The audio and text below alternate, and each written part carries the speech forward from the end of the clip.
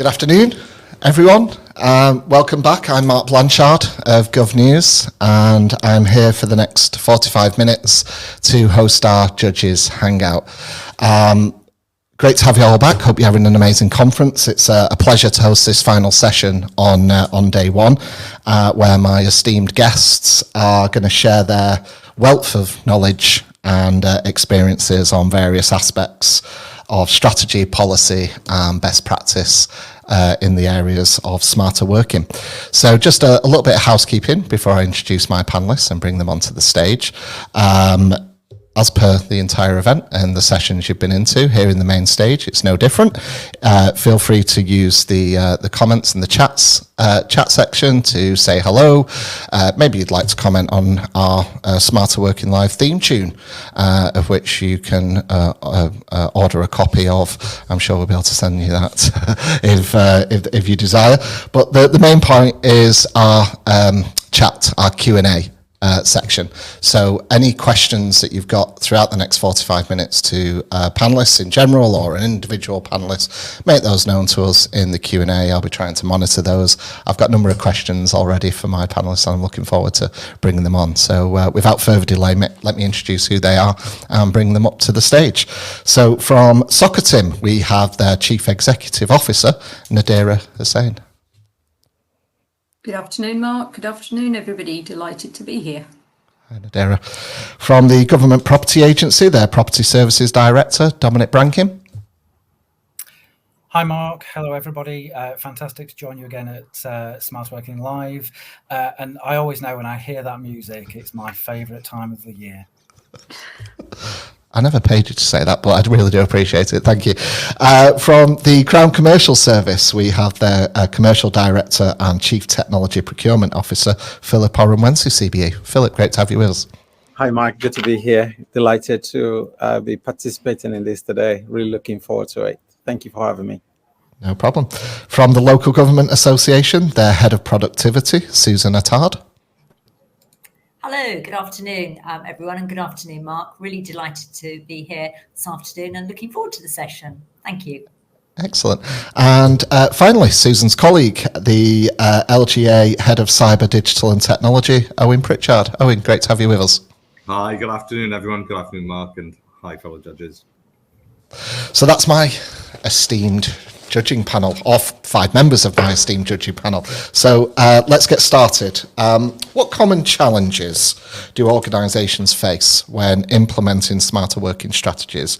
And from what you've witnessed, how do the most successful organisations overcome them? Philip, I'm going to come to you first, if I may.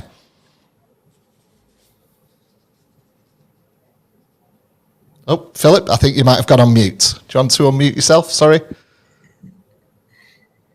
Apologies. I don't know why I want to mute. We've got it out of the way now. It's absolutely fine.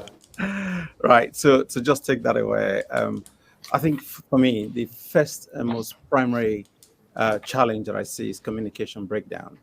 Because teams are split into different working arrangements, some working in the offices, some working away from home, hybrid working, it's really difficult to ensure that that team dynamic, that ability to have that coffee corner corridor conversation more or less disappears.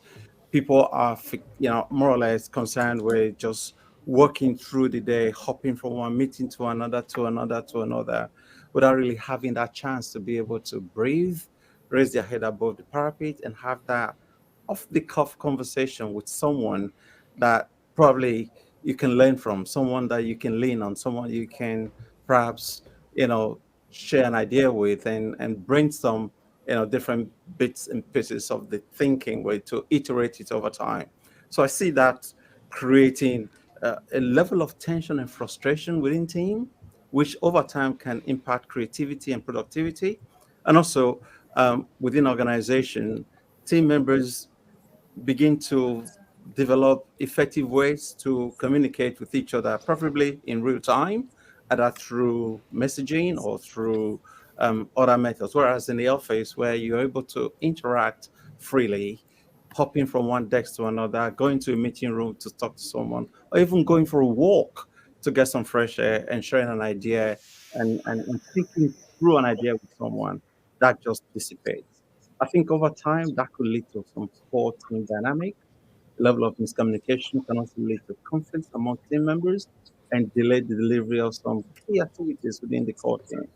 And if unmanaged, I see that also leading to a level of imbalance in work allocation, where people who are working remotely are not really visible to the team leader, may be unable to understand the level of productivity the member is producing, and that could end up in an unfair share of the work for those who are actively engaged in delivering what they're doing. And this can happen also if responsibilities are not clearly defined or if some members are more proactive. So I think some of these challenges present in different ways and in different facets.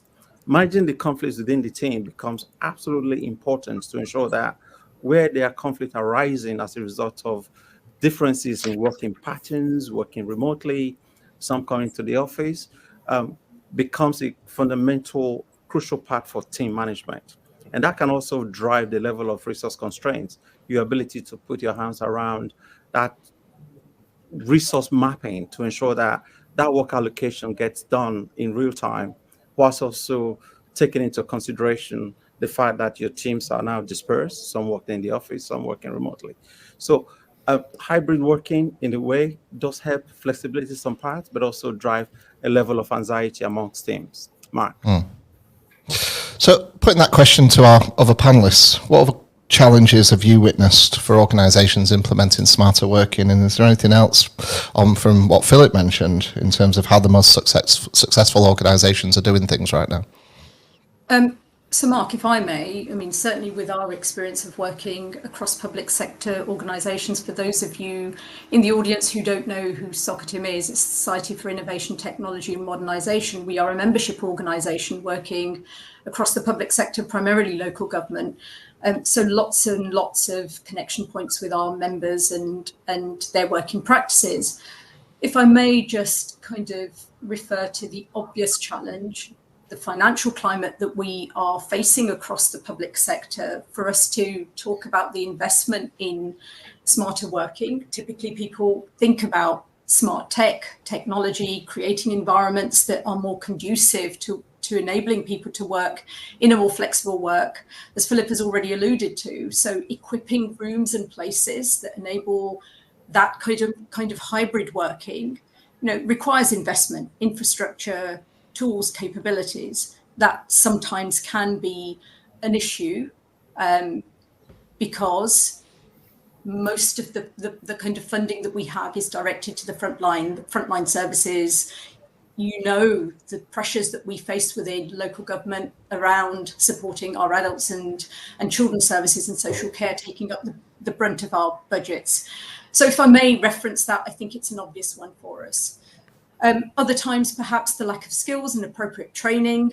There was a conversation earlier on the platform around smarter working where Jeff Connell, a colleague of mine from Norfolk County Council, was very much referring to the use of Copilot, for example. Now, to assume that these are innovative capabilities that will transform the workplace and how we do things in the future, but we're almost kind of expecting our workforce and colleagues to just run with it without any kind of supervision, guidance, training. And in his words and his experience, it is something that needs to be planned for adequately so that we are giving due exposure to these capabilities in the environment and ensuring that our people have the skills and capabilities really to use them appropriately, adequately, and in the most kind of ethical way. So there are elements of skills, capabilities, development, access to tools, accessibility generally, just a number of other things that I think, Mark, I wanted to throw into the mix.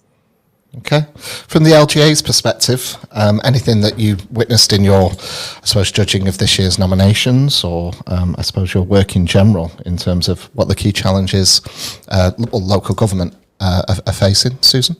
Yes, I'll come in and then I'll hand over to Owen, if I may. for colleagues who may not know, the Local Government Association works with councils across England and Wales. And we're a membership body, but we also do improvement work, and it's the improvement area that both Owen and I work in, supporting councils and helping them to build capacity and capability and innovate and be the best that they can and share those stories. Certainly, we're seeing capacity and capability as issues. So that chimes very much with the point that Nadira was making in terms of council, colleagues not necessarily having those skills and having the capacity or the ability to get those skills to use new technology. And any changes obviously have got to be done on top of very challenging positions, financial positions, as Philip was saying earlier, and having that ability to change and create the space and to feel confident about it, that we're getting people coming to us and they're saying, please, can you develop things with us and for us so that we can get the benefit and we're not having to repeatedly do it in individually. And Owen may well have some examples to illustrate that with, or some further thoughts. Over to you, Owen.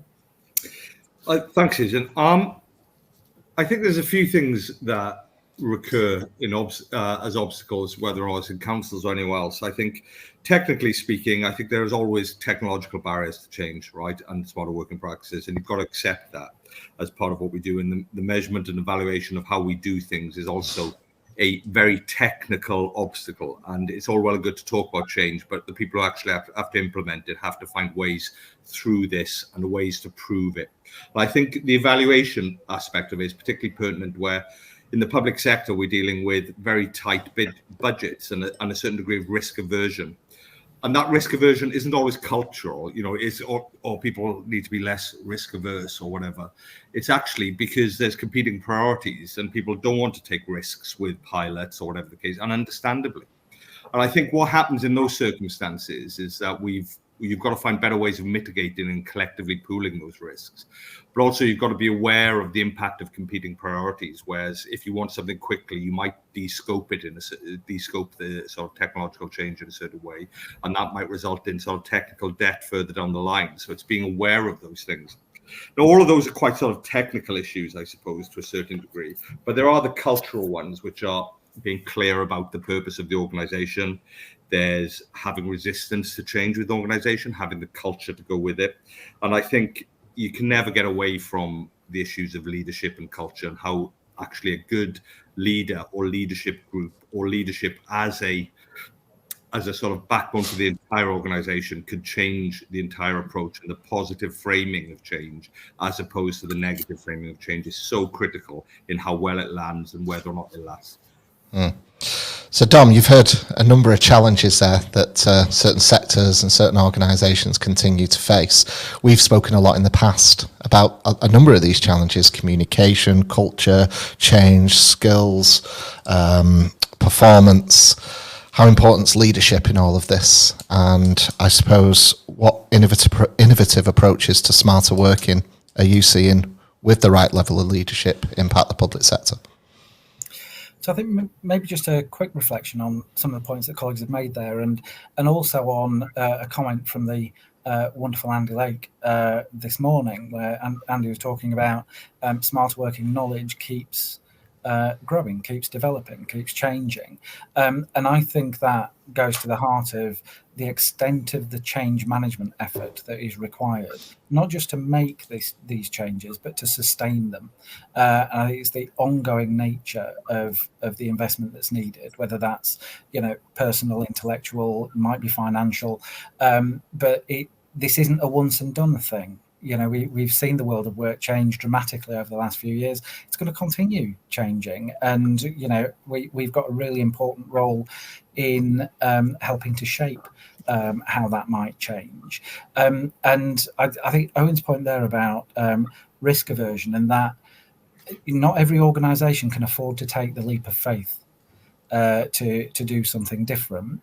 But I think this is why this conference and the awards are really important, because somewhere somebody will have tackled the same problem.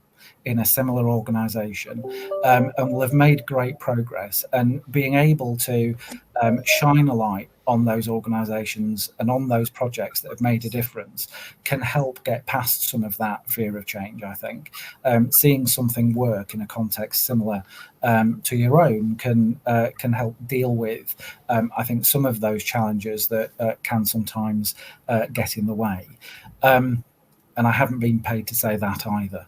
Andy Lake will be happy, though, with that. Well, that's all right. I'm not saying I'm averse to, no, obviously not.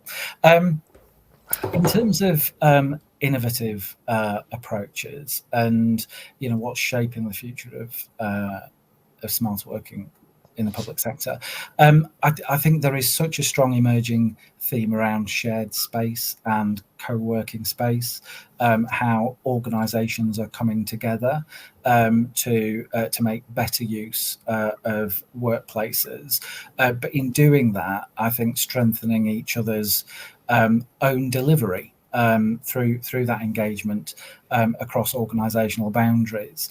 And we're seeing, I think about the civil service, we're seeing some really good examples of how that is fundamentally changing the way organisations come together and work together. The Darlington Economic Campus, I think, is a very good example of that, which, has relied absolutely on the strength of leadership in and connected to that place. Because as leaders, we all cast a long shadow. So, we can be real agents for change, or we can be real inhibitors of change. And I think being able to spend time with a leadership community to help them develop the skills they need to lead people in a different way in these different contexts is a really, really important part of this. And I think it also does connect to our collective role in the impact we have in place and on places, how we are part of communities and how we can create communities within our workplaces. I think it's a really exciting, important, different social dimension to what it is that we're doing. And certainly when I was looking at entries this year, and it's been the same each year that I've been a judge, the diversity of organisations and the diversity of how people are seeking to meet challenges and solve problems is just astonishing. It's mind-blowing. There's so much that we can all learn from seeing how people in places are coming together to solve shared problems. Okay, I want to keep... Yeah, Nadira. Yep. There is just so many golden nuggets in what Dom has said. I just want to pick up on a couple of those points, if I may, and if Absolutely. time allows. Right. So on the leadership point, what I personally saw through the submissions this year, and points really well made from Dom, it's the whole gambit and the whole leadership across organisations and places that are ultimately of importance, but we can't forget the small L. And what I saw this time was also the impetus and focus from individuals having ideas that they wanted to test amongst their organisations. So I think it's really important to reinforce the fact that leadership is not just one of position. It is one where somebody has an idea that they think they can run with and are given the permission to run with it. It was fantastic seeing that come into play. To the point around collaboration, it's a massive bugbear. It's really difficult, but if we could absolutely do more of the kind of sharing, good practice, what works, rather than starting from scratch and reinventing the wheel, we'll just get so much further ahead. And on the point around place, more than ever post-COVID, the emphasis on join up, doing things not in silos, and ensuring that we are building on individual expertise, experience in cohorts, in teams, in organizations across place. We are seeing far more of that. And I think we need to exploit even further, because we are just missing huge tricks if we think, individual organizations, councils, the health sector, otherwise. I mean, the join up is just critical, and putting the emphasis on kind of community engagement, citizen engagement, making everybody feel that they have something to contribute has to be the way forward. We've had some comments and questions in, so I'm going to pick up on some of those, otherwise it wouldn't be fair. So we've had a question here, back on the leadership point. How will leadership change in the next 5 to 10 years? What does the panel think will be different than compared to what's known now in terms of how we'll need to lead in the future? Philip, what do you think in terms of how leadership's going to change in the next 5 to 10 years? I think leadership is already transformed and changed in the way we are now engaging with the capacity and capability that we have to manage. The fusion of generative AI tools and capabilities that's going to grow productivity over time has meant that leaders now have to think about the fusion between managing human capacity, human capability, augmenting that with machine learning to ensure that we get the best out of the environments that everyone works in. It also drives a level of empathy, understanding well-being, ensuring that in managing people, the focus purely doesn't have to just be on productivity, is the mental health and the well-being of the people that we lead, to ensure that their frame of mind is appropriately positioned in line with the expectations of the organizations that we work for. And this came through largely in some of the submissions that I judged, during the awards review. The number of submissions that put people at the center of their smarter working submission was just amazing. User centricity. People who work in the health service doing a work, putting themselves in the role of a patient, coming through, designing an environment that allowed them to appreciate, comprehend, and meet some of those demands was just, mind-blowing as far as I'm concerned. That takes leadership. That takes a different thought process. So thought leadership, enhancing the use of the suite of technology and tools that are available, including human capacity, ensures that we can get the best out of the environment that we all work in. So for me, leadership is going to be more concentrated on managing people's well-being, understanding the fusion between technology and human augmentation, and driving the best out of the environment that we work in, using the tools, the evidence, the presentation, manifestation of the environment that we work in to drive productivity and make change happen. But a question coming, what examples of inspiring and innovative services have you seen in the nominations this year? We don't announce the shortlist until tomorrow, but maybe one or two of our judges could reflect in general about some of the inspiring and innovative things they've witnessed in the nominations without giving too much away before that shortlist announcement. Susan? Sorry. Who was that? Susan, would you like to go first? Yes. First of all, it was a real honour to be invited to be a judge. And it's the first time that I've done it for these awards. But you learn so much and you think, gosh, can I now please steal that with pride and give the credit to the organisation that has been doing that? I think this plays very much to Nadira's point earlier about ensuring that the lessons learned are shared, and that once something has been done in one place, that can be made available for others to take and develop in their own way, because all communities are different. But there certainly are some outstanding submissions and great storytelling about the impact that the changes have made and how that's been co-produced, whether that be with other partners across the public sector and indeed the private sector, and also people who are users being put at the heart of a service and their views being heard. So really inspiring, and can't wait to see who's shortlisted. And in my view, you're all winners. It's been really great. Thank you, Mark. On that storytelling point, did you ever sit back and think, I wonder if AI wrote this nomination? I did.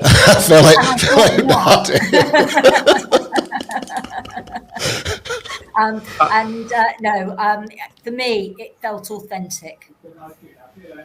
I did have to scan to see if there's any specific algorithmic, attributes to the submissions that I was looking at. And very often you can spot them, especially where one or two submissions look alike. You begin to think, was this done by AI?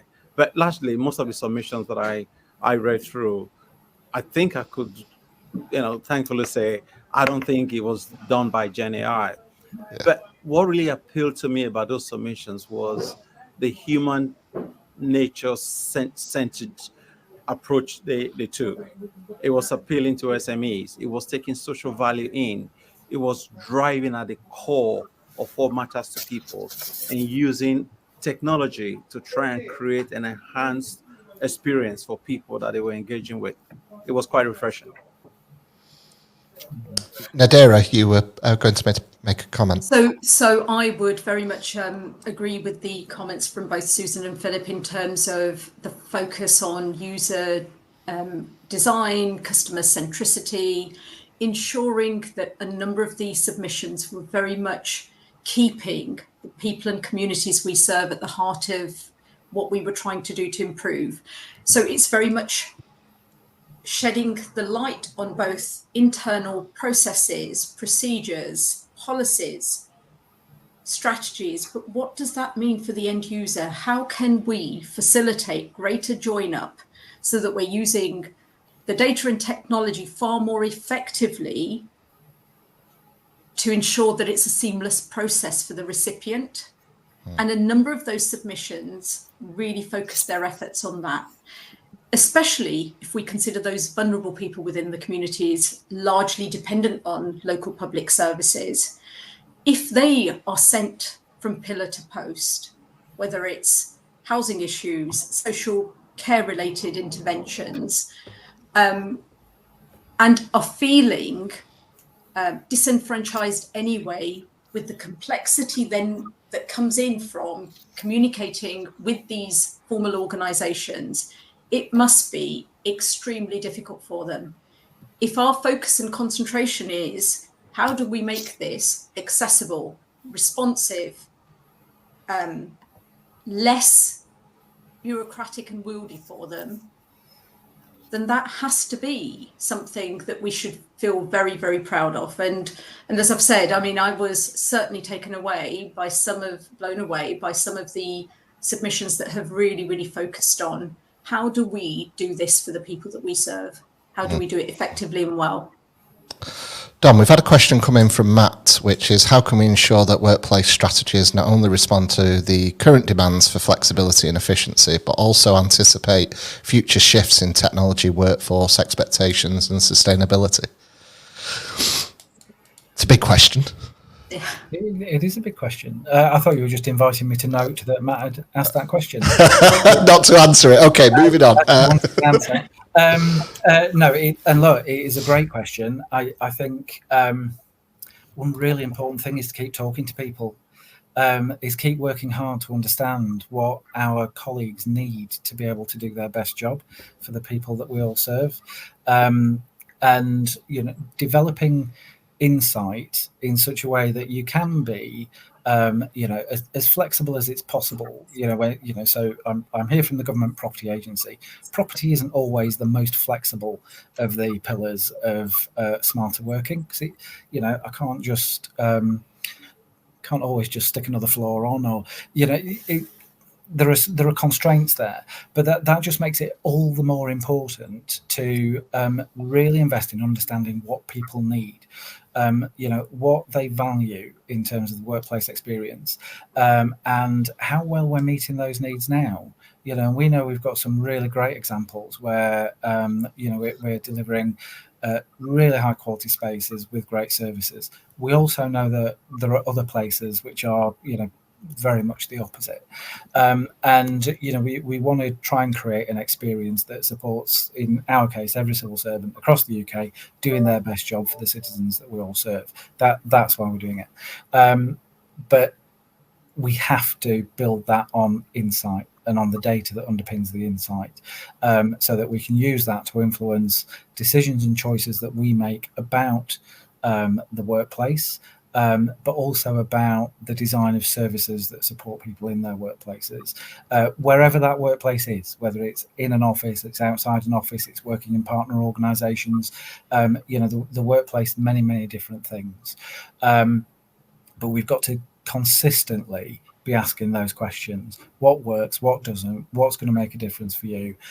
How can we help individuals be productive and be successful? And how can we help, in our case, our client departments, our partners across the civil service, consume space efficiently? Because we've talked about the constrained financial situation we all find ourselves in. Well, we also know how big a proportion of an organisation's running costs is looking after, in our case, their property. So if we can reduce that, then we're freeing up resources that can be invested in service delivery. And that's a really important consequence of some of the things that we do.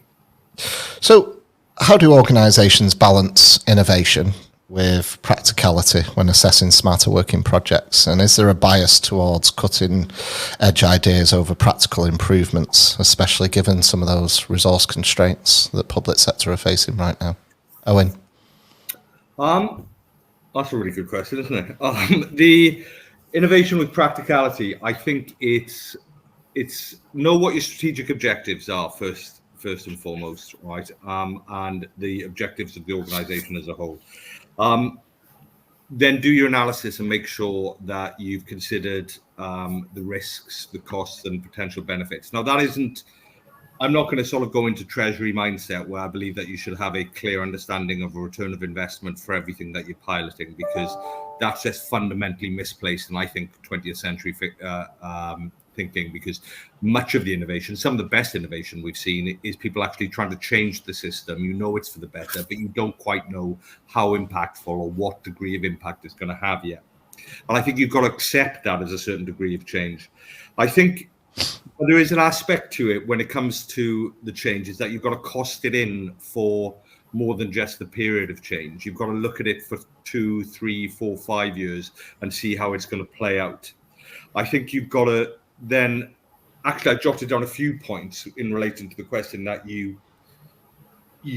asked Dom, which are to do with, you've got to have a culture which embraces change, and you've got to prioritize flexibility in the workspace to enable that change to land, because often the practicalities and the difficulties of making change land are where you're trying to do it and the culture of the organization that you're trying to do it for, right?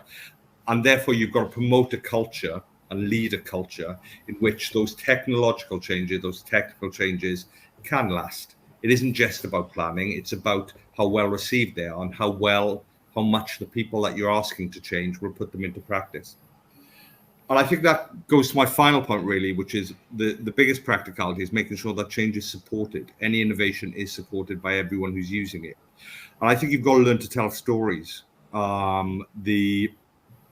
I think too often you'll ask some people to look at a cost-benefit analysis sheet, or people will get scared by the impact of AI or whatever the case may be. Actually, you've got to find out, you've got to be empathetic, find out what's important to that particular audience. It might be the staff, might be the management, might be your political, in the case of councils, might be your politicians, might be your residents, might be your local social partners, and tell a story that is empathetic to their needs, that explains why this change works for them in a way that they understand. And that, you know what I mean? Some people 20 years ago might have called that PR, public affairs, or spin, right? But realistically, that's actually about making change land and overcoming the practicalities, which are stakeholder engagement and reticence to see change.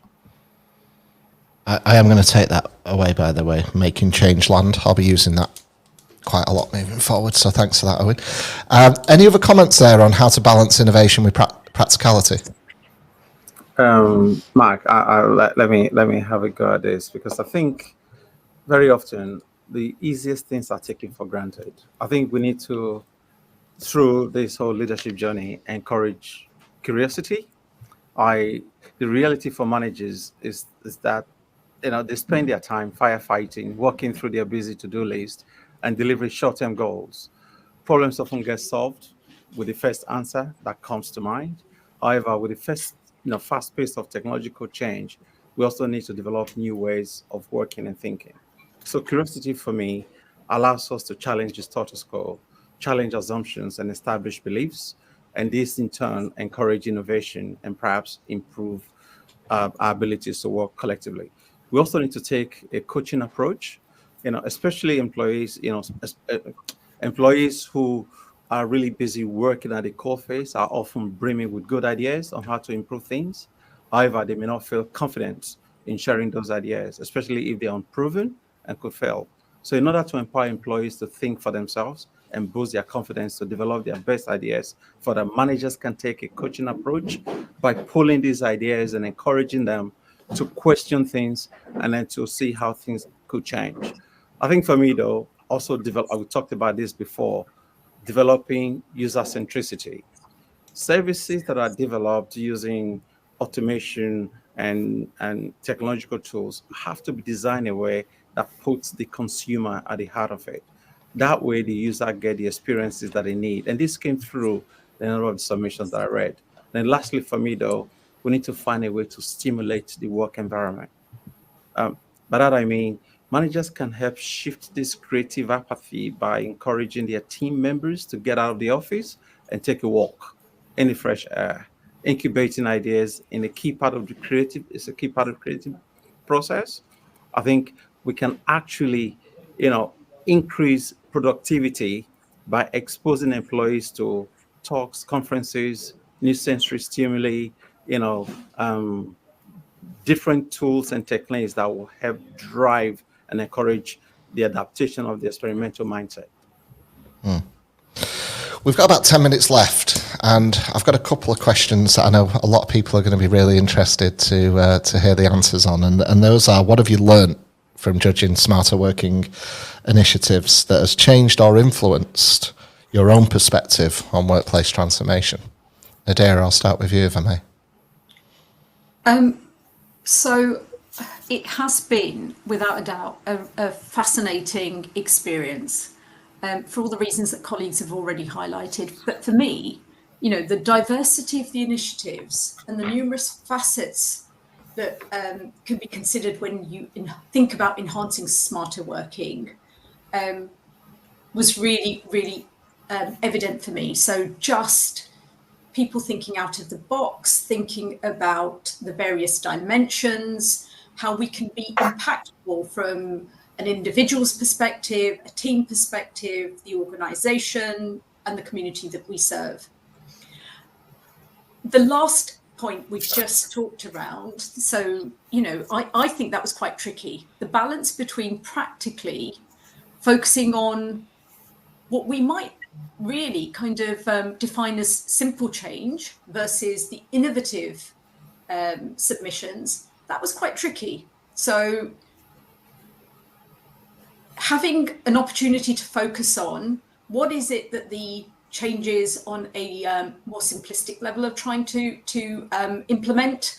Is there a cost benefit analysis? I know Owen just referenced that, and not really kind of being embroiled in the formalities, but it's really interesting how we can sometimes, and quite often is the case, be led away by those innovative opportunities rather than think about, well, is there a simple fix here?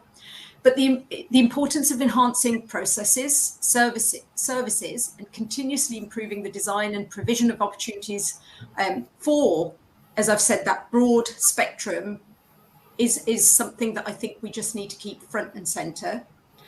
We've already discussed the people-focused outcomes. That for me is a given. That's why we're here. So we've absolutely got to ensure that that is something that is underlying and not a bolt-on extra. And then, of course, thinking about those the opportunities of ensuring that we are taking, as we've all discussed, we are taking our colleagues and our communities on a journey with us, ensuring that we are creating opportunities to talk, to consult, to engage, to really take on their opinion, and that we are responding in a proactive way to those. So I think for me, it's been it's been really, really helpful just to kind of think and reflect about your own personal outlook, your practice, and ensure that you do more of that kind of collaboration, join up, and sharing as and when you can. Dom, you've been involved in the Smarter Working Live Awards since day one, 4 years now. What have you learnt from judging the initiatives, and I suppose what's changed or influenced your own perspectives on workplace transformation? I think for me, it's really reinforced something that I think if I'm not careful, I get distracted by day-to-day challenges of the job, like everybody does. I don't always pay enough attention to just how vital the public sector is, and I mean that in both senses of vital in terms of its essential nature in what everybody in the public sector does for, again, the citizens that we serve, but also just how alive it is with ideas, with passion, with commitment, and all of that comes through in the entries to the awards. And I think what's probably changed a bit over time, actually, is the way people have used different media to submit their nominations.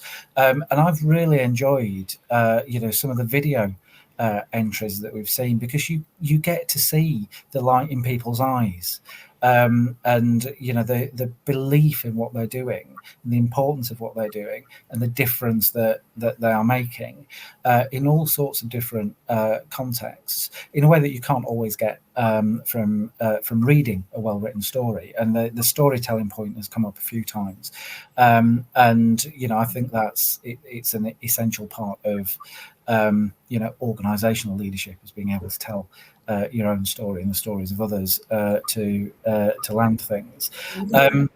But all of that sort of vitality and ideas and passion and commitment, that all comes from the people within the organisations represented by every single nomination, and colleagues on the conference today, and it just massively reinforces how proud I am to be a public servant, and what a privilege it is to see the sort of cast iron will and commitment to delivering services across the country. It's a very humbling thing to be a part of and to witness from a very specific perspective. Okay, final question. Got a couple of minutes before we wrap up.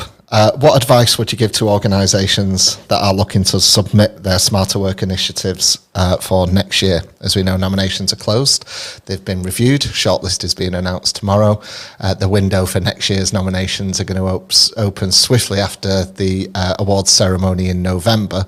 So any top tips or recommendations or advice that you can offer to our listeners on what they should do to submit for their projects next year? Owen?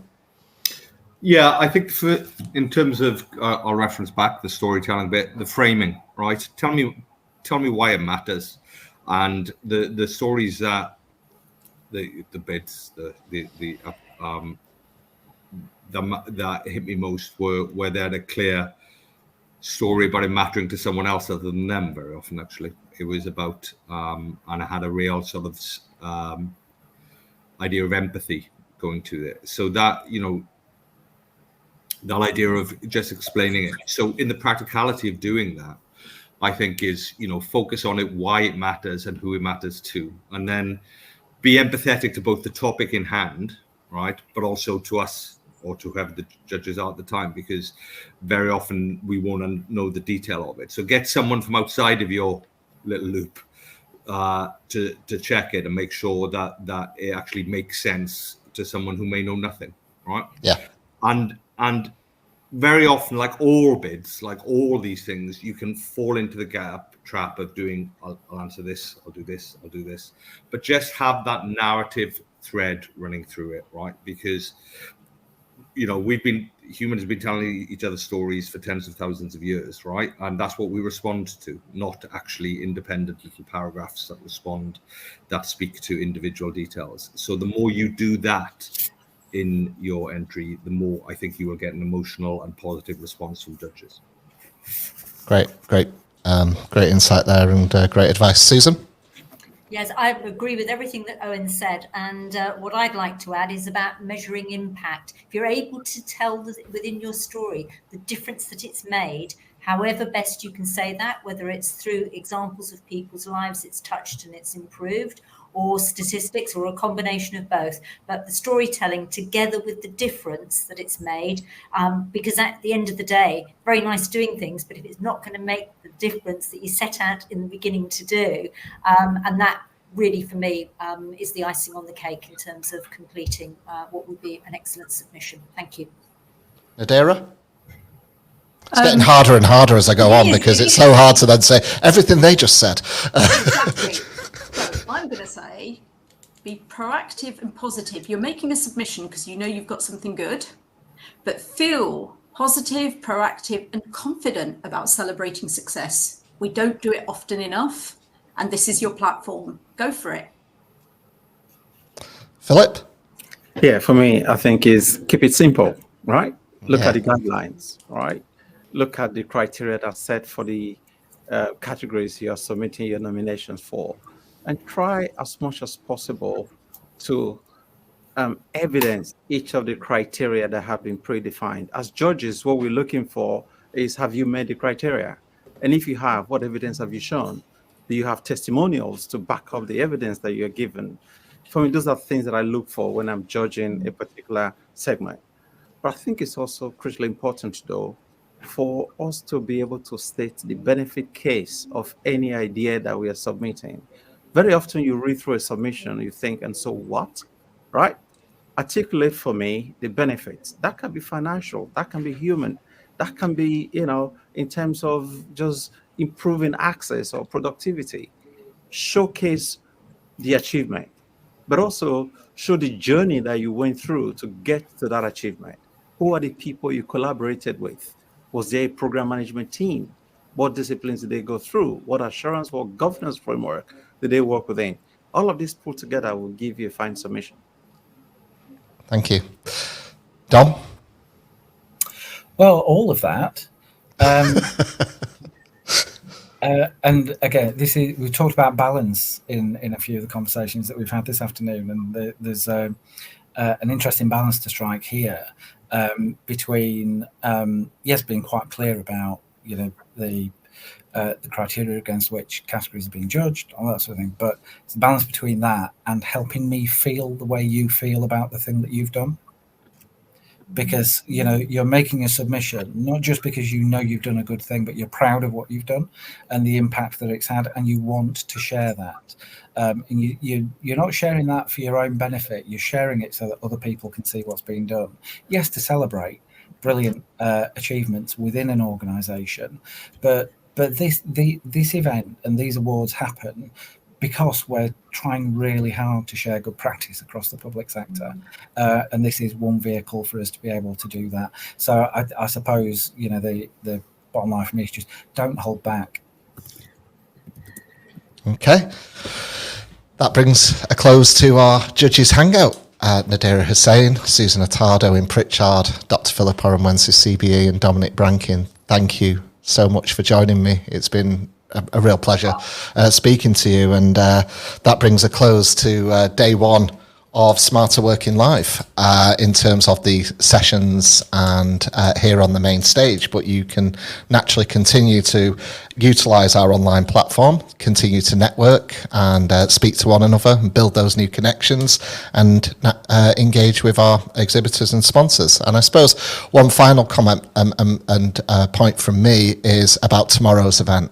We're really excited this year, and the hybrid format, today being online, tomorrow being hosted live from the Vox Conference Centre at the NEC in Birmingham. Doors are going to open at 9 a.m.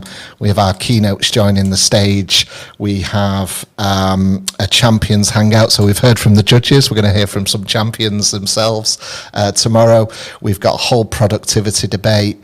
We've got what change really looks like, and we've talked about how to make change land. We've got a session tomorrow, Be the Change We Want to See, and we've got the announcement of the shortlist. So a very exciting day. We hope to see as many as you can come to Birmingham and join us at the NEC tomorrow. From my team at GovNews, from our partners at the Government Property Agency, a huge thank you for today to all of our panellists that took part in the sessions throughout. Thank you for joining, and I look forward to seeing you all tomorrow. Thank you. Thanks, everybody.